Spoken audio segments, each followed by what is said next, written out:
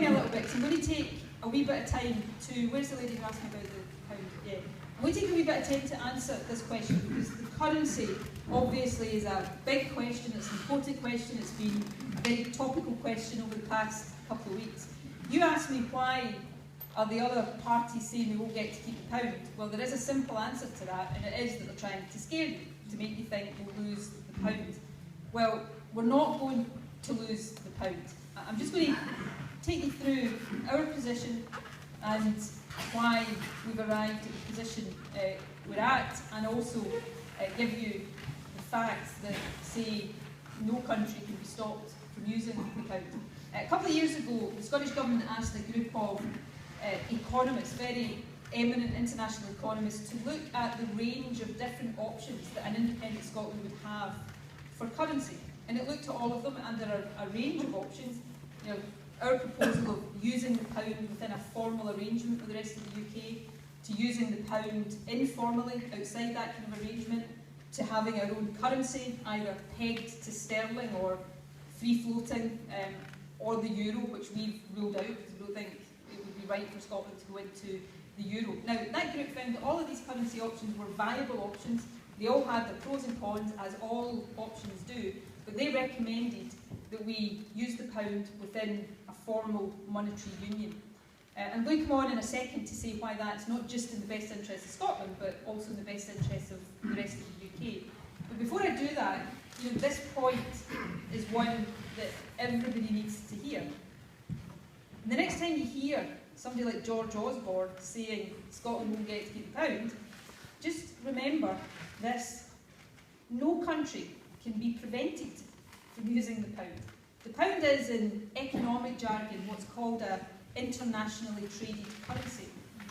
In everybody else's language, that means any country in the world can choose to use the pound, and there's nothing that George Osborne or his mates can do about it.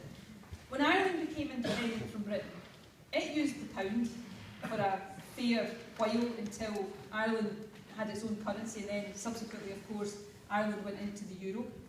When Australia became independent from Britain, it used, guess what, the pound until it had its own currency. So no country can be prevented from using the pound. And it is, remember, our pound as much as it is the pound of any other part of the UK. Our proposal, of course, is to use it within a formal monetary union, and I want to just give you 3 reasons why continuing to share a currency with Scotland is in the best interests of the rest of the UK, which means that no matter what Westminster says now, after there is a yes vote, if there is a yes vote, they will take a very, very different attitude. Reason number 1 is, if yes, the UK wasn't sharing a currency with Scotland, English businesses who trade with Scotland would face additional charges every year to change currency as they trade with Scotland of, at a very conservative estimate, £500 million every year. Now, can you imagine a Chancellor turning around to his own businesses and saying, I'm going to slap a £500 million tax on you? You know, Scotland wants to stay in the same currency, you want to stay in the same currency, but regardless of all of that, I'm going to make you pay £500 million a year to change money to trade with Scotland. I don't think we'd get very far in that argument. Secondly, if we had a formal currency union with the rest of the UK, our exports, and we export a lot every year, you know, the goods we export a year amount to about £100 billion every year. Now, if we're in a currency union, the value of those exports still counts towards the UK's balance of payments. You heard the term balance of payments, difference between what a country exports and imports. If the value of our exports don't get included in the UK's balance of payments, the rest of the UK's trade deficit goes through the roof. And that is one of the things that impacts on the value of a country's currency. So you'd see the value of the pound potentially fall. And what Chancellor is going to go around the country, just as he's asking people to re-elect him in the general election, with the value of sterling falling because of some irrational decision that he's taken. And thirdly, if Scotland, and I don't think this will happen, was to be denied our fair share of assets, and here we're talking about the asset that is the Bank of England, that would be what we were looking to share in a currency union, then presumably we're not going to take a share of the liabilities either. The UK's got a massive debt right now. £1.5 trillion worth of debt. That's right, £1.5 trillion. These are the people that say they know how to run the economy. They've run up £1.5 trillion worth of debt. What will our share be? Well, you can ask me a question in a second, sir. Yeah, what will our share be? Well, I will answer that directly. Okay? Yeah, okay, what will our share be? So, excuse me, I've asked. Hold on. Before I finish, I will I've answer asked the for question. people to listen. Alright. I understand. Alright. Yeah, why not have a bit of heckling? £1.5 trillion worth of debt that the Treasury is legally liable for.